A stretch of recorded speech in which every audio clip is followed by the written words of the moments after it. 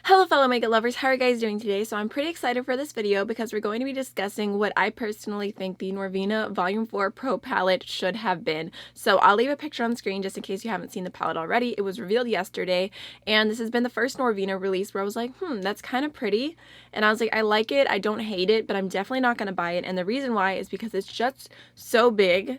And it's not even just that it's so many shades, it's that I feel like so many shades are similar and repetitive, and I thought the color scheme as a whole had potential, but I just personally don't see myself using every single shade, and like I don't need 40 champagne colors. So I went ahead and I took my favorite colors from the palette. I got inspired by the color story and I made a single shadow version of what I think the palette could have been if it was condensed down and just made it a little bit more unique and a little bit less excessive. So here's the condensed version that I did. So I really wanted to stay true to the palette where it had kind of those pops of pink and peach, and then a little bit of pop of purple, a little bit of pops of neutrals, and then also like that really beautiful inner corner shade because you know I saw that. I also wanted to honor that light, really bright yellow because I thought that was kind of an interesting, fun mixture to these colors. Even though I wouldn't personally blend purple and yellow together because those two can turn muddy, I think that when they're used on the eye together in the right way, they can be beautifully contrasting. So before we jump into doing some swatches, and I'm going to tell you what each and every single shade is, I did want to do two quick disclaimers. The first is that if you love the palette, that's great. I'm so happy for you. If you want to buy it, if you can buy it, like I am not making this video to knock anyone. It's just my personal opinion. It's just makeup. It's not that deep. If I don't like color story as much as you do, if I don't like the neutrals as much as you do, it's totally fine. We're allowed to have differing opinions. I know sometimes when people talk about the Anastasia name with constructive criticism, people can get a little bit touchy. There's a lot of brand loyalty there, but I mean no harm by this video. Second thing is I'm not trying to dupe it or say that you should go out and buy all these single shadows. The point of this video is for inspiration, so you can shop your own stash, look at the colors you already have, maybe pull out the shades that you personally think are special. Like, are you wanting to buy the palette for the whole thing, or are there 3 shades that really speak to you? I'm not saying you should go buy every single shade here, because if you did, I'm sure it would be just as much as the original palette. This is just me being creative. So now that we got that out of the way, let's jump right into it. So the first shade in the palette that I have here is Dynamic Gold, and this is from Shine by ST Cosmetics, which is a Canadian indie brand. And I was really inspired by the shade on the bottom row of the Norvina palette, just because I felt like it was such a beautiful, intense, sparkly inner corner shade. I love colors like this, and I noticed from swatches that Trend Mood did that it looked like it had a little bit of a gold reflect to it, so I pulled inspiration from that for this shade. I do personally find this one a little chunky, so I prefer using it with a glitter glue or spraying my brush, but overall it is a really beautiful tone. Alright, so the next shade that I have here is Terra Moon's Twilight, and this is a really beautiful yellow pastel shade. It's a little bit bright for a typical pastel, but I find it pretty smooth and nice to work with, and honestly I don't have very many shades like this, so this is the closest one I could find that really captured the essence of the shade in the Norvina palette. But I think this is a really great shade. It doesn't swatch as amazing because it is a pastel, but I think it has a nice level of vibrancy to it, and that's what I have in my inner corner today. Actually, I have those 2 shades mixed together for a little bit something different. And if you're curious about the eye look that I'm wearing right now, I did film a quick Instagram tutorial, so that should be up probably in the next day or 2. The next shade that I have here is from M Cosmetics, which is EMME. It is a small Canadian brand, not to be confused with M Cosmetics from Michelle Phan. It is the shade Cotton Candy, and it is super, super foiled and metallic. It is just one of my favorite light pink shimmers ever. There is a pink in the 3rd row. It looks to be kind of like a rose gold pink, but I just decided to go with this shade because I thought it would look really pretty with the tones of the palette, and I personally prefer to go a little less neutral, but I love, love, love this color. The next shade that I have here is from Vanessa's Vanity, and this is the shade Vintage Champagne. And I decided to go with this because it's one of the prettiest champagne colors that I have. It is a stunning neutral. It has a blinding metallicness to it, and I thought if I'm gonna go neutral, may as well go like the prettiest neutral I have. There's a ton of shades in the palette. Like, I'm looking on the 1st row, there's 1, there's 2 in the 2nd row, and then 1 on the 4th row, which are all just like kind of like bronzy, champagne neutral shimmer shadows, which I know a lot of people like. I personally am more than happy with having just one of them, or none, but just one.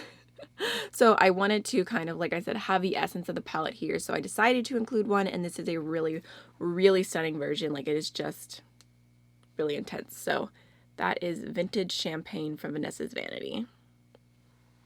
Next, we have another shade from M Cosmetics. This is the color Urban Fairy and is a really beautiful purple. It almost has a little bit of a gold reflect to it, which I thought would pair nicely with this palette. And I was inspired by the shade in the first row that's kind of like a purple. It looks to be maybe just the tiniest bit pink, but I decided to go with this color just because I felt like it was a really, really blinding metallic soft purple, and I love it. So there is Urban Fairy. Okay, so this next shade right here is from Terra Moons, and this is the color Palm Reader. It's another one of their recent pastel matte releases, and this is inspired by a shade on the bottom row all the way to the left. It's called E1. Is that E1? They're literally numbering them like bingo. Oh my gosh, okay. Anyways.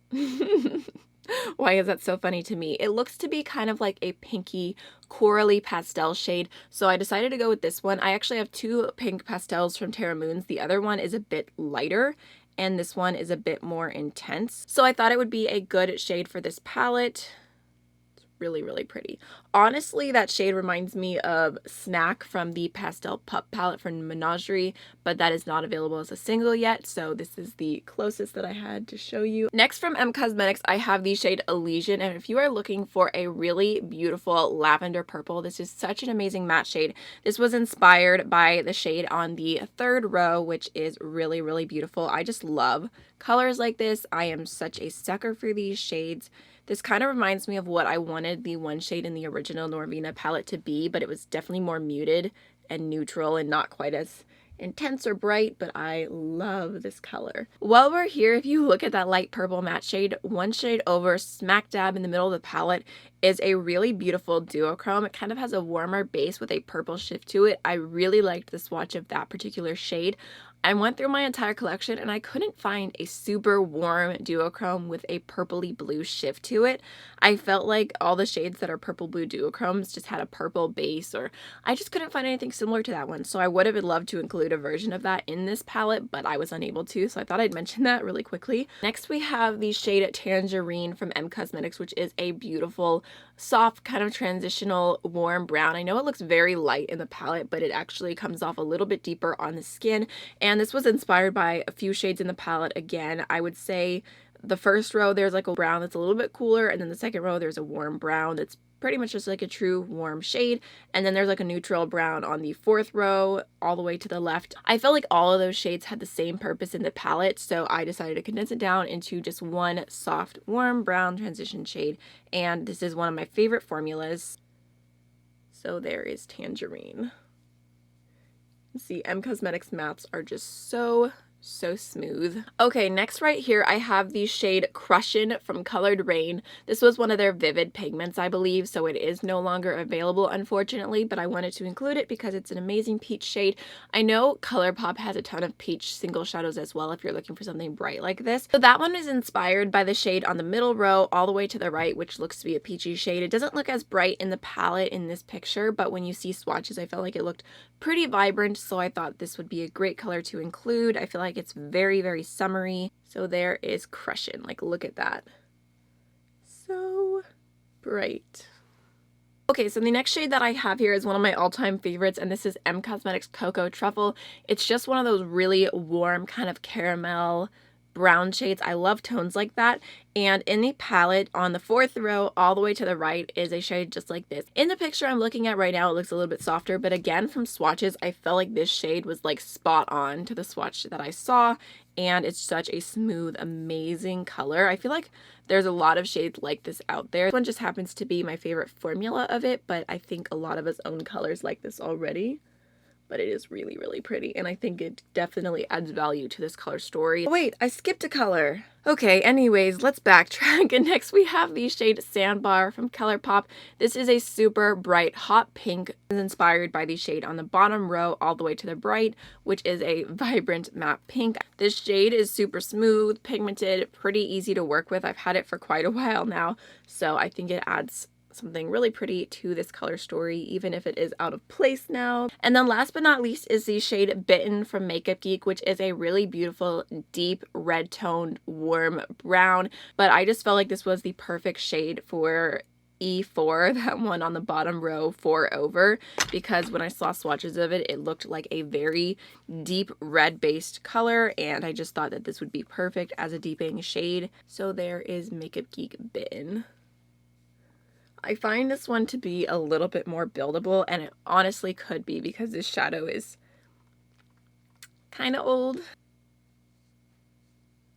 So there is my condensed down version of what I thought the palette should have been. I really love these colors all together. I think it is very inspiring, summery, and I think I'm actually going to keep this little palette together for a bit because I can't wait to use it again. I feel like it has the potential to go like, you could do all pinky tones, you could do an all neutral look with this, you could do a purple look with this, you could pop in the yellow for some extra fun, you could do more of like a sunset look. So I'm really glad that I did this today, and I personally have no FOMO about not buying the new Norvina palette. I would love to hear what your thoughts are on it, and that's everything for today's video. I hope you enjoyed it. If you have not subscribed already to my channel, I'd be so happy to have you subscribe if you enjoy my content. If you don't, it's okay, no hard feelings, and I will see you in the next video. Bye.